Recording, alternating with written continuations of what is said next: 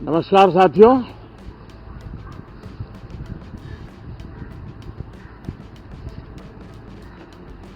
कल राष्ट्रपति जी का उद्बोधन 140 करोड़ देशवासियों के आत्मविश्वास की अभिव्यक्ति था। 140 करोड़ देशवासियों के पुरुषार्थ का लेखा जोखा था और 140 करोड़ देशवासी और उसमें भी ज्यादातर युवा उनके एस्पिरेशंस को रेखांकित करने का बहुत ही सटीक उद्बोधन सभी सांसदों के लिए कई मार्गदर्शक बातें भी कल आदरणीय राष्ट्रपति जी ने सदन में सबके सामने रखी है। सत्र के प्रारंभ में ही और 2026 के प्रारंभ में ही आदरणीय राष्ट्रपति जी ने सांसदों से जो अपेक्षाएं व्यक्त की हैं, उन्होंने बहुत ही सरल शब्दों में राष्ट्र के मुखिया के रूप में जो भावनाएं व्यक्त की हैं, मुझे पूरा विश्वास है कि सभी माननीय सांसदों ने उसको गंभीरता से लिया ही होगा और ये सत्र अपने आप में बहुत ही महत्वपूर्ण सत्र होता है। ये बजट सत्र है। 21वीं सदी का एक चौथाई हिस्सा बीत चुका है। ये दूसरे चौथाई का प्रारंभ हो रहा है और 2047 विकसित भारत के लक्ष्य को प्राप्त करने के लिए ये महत्वपूर्ण 25 वर्ष का दौर आरंभ हो रहा है और ये दूसरे क्वार्टर का, इस शताब्दी की दूसरे क्वार्टर का ये पहला बजट आ रहा है और वित्त मंत्री निर्मला जी देश की पहली वित्त मंत्री ऐसी है, महिला वित्त मंत्री ऐसी है जो लगातार 9वीं बार देश के संसद में बजट प्रस्तुत करने जा रही है। ये अपने आप में एक गौरव पल के रूप में भारत के संसदीय इतिहास में रजिस्टर हो रहा है। साथियों, ये विश्व वर्ष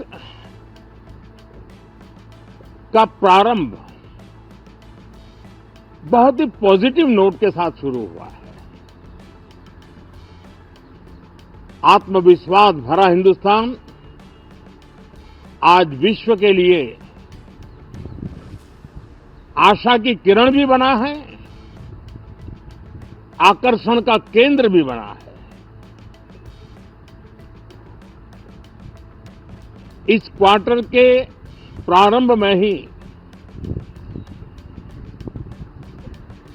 भारत और यूरोपियन यूनियन का फ्री ट्रेड एग्रीमेंट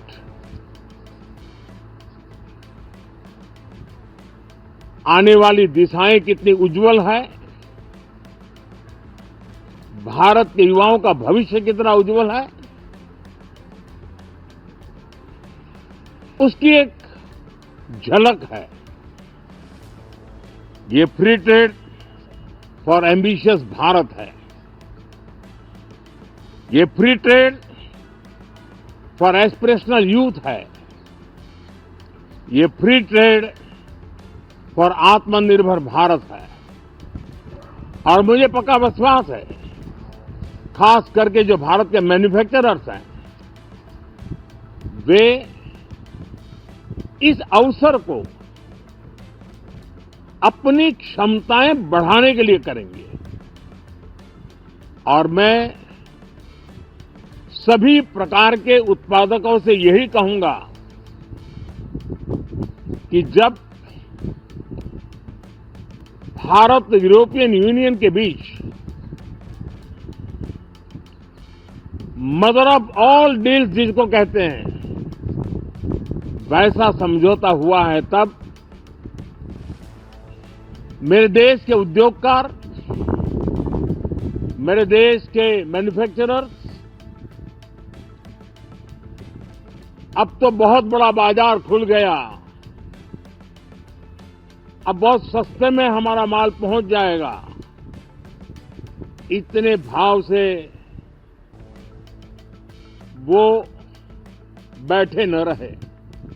ये एक अवसर है और इस अवसर का सबसे पहला मंत्र ये होता है कि हम क्वालिटी पर बल दें। हम अब जब बाजार खुल गया है तो उत्तम से उत्तम क्वालिटी लेकर के बाजार में जाएं, और अगर उत्तम से उत्तम क्वालिटी लेकर के जाते हैं तो हम यूरोपियन यूनियन के 27 देशों के खरीदारों के पैसे ही कमाते इतना नहीं, क्वालिटी के कारण से हम उनका दिल जीत लेते हैं और वो लंबे अरसे तक प्रभाव रहता है, उसका दशकों तक उसका प्रभाव रहता है। कंपनियों का ब्रांड देश के ब्रांड के साथ नए गौरव को प्रस्थापित कर देता है। और इसलिए 27 देशों के साथ हुआ ये समझौता हमारे देश के मछुआरे, हमारे देश के किसान, हमारे देश के युवान, सर्विस सेक्टर में जो लोग विश्व में अलग अलग जगह पे जाने के उत्सुक हैं, उनके लिए बहुत बड़े अवसर लेकर के आ रहा है। और मुझे पक्का विश्वास है एक प्रकार से कॉन्फिडेंट, कॉम्पिटिटिव और प्रोडक्टिव भारत की दिशा में ये बहुत बड़ा कदम है। साथियों, देश का ध्यान बजट की तरफ होना बहुत स्वाभाविक है, लेकिन इस सरकार की ये पहचान रही है रिफॉर्म, परफॉर्म एंड ट्रांसफॉर्म। और अब तो हम रिफॉर्म एक्सप्रेस पर चल पड़े हैं, बहुत तेजी से चल पड़े हैं। और मैं संसद के भी सभी साथियों का आभार व्यक्त करता हूं कि इस रिफॉर्म एक्सप्रेस को गति देने में वे भी अपनी सकारात्मक शक्ति को लगा रहे हैं और उसके कारण रिफॉर्म एक्सप्रेस को भी लगातार गति मिल रही है। देश लॉन्ग टर्म पेंडिंग प्रॉब्लम्स अब उससे निकल करके लॉन्ग टर्म सॉल्यूशंस के मार्ग पर मजबूती के साथ कदम रख रहा है। और जब लॉन्ग टर्म सॉल्यूशंस होते हैं तब प्रेडिक्टेबिलिटी होती है, जो विश्व में एक भरोसा पैदा करती है। हमारे हर निर्णय में राष्ट्र की प्रगति ये हमारा लक्ष्य है, लेकिन हमारे सारे निर्णय ह्यूमन सेंट्रिक है। हमारी भूमिका, हमारी योजनाएं ह्यूमन सेंट्रिक है। हम टेक्नोलॉजी के साथ स्पर्धा भी करेंगे, हम टेक्नोलॉजी को आत्मसात भी करेंगे, हम टेक्नोलॉजी के सामर्थ्य को स्वीकार भी करेंगे, लेकिन उसके साथ साथ हम मानव केंद्रीय व्यवस्था को जरा भी कम नहीं आंकेंगे। हम संवेदनशीलता की महत्व को समझते हुए टेक्नोलॉजी की जुगलबंदी के साथ आगे बढ़ने के व्यू के साथ आगे सोचेंगे।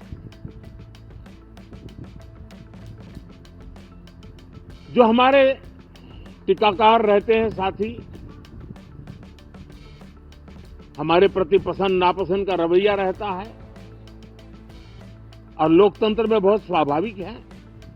लेकिन एक बात हर कोई कहता है कि सरकार ने लास्ट माइल डिलीवरी पर बल दिया है। योजना फाइलों तक नहीं, लाइफ तक पहुंचाने का प्रयास रहता है और यही हमारी जो परंपरा है उसको हम आने वाले दिनों में रिफॉर्म एक्सप्रेस में नेक्स्ट जनरेशन रिफॉर्म के साथ आगे बढ़ाने हैं।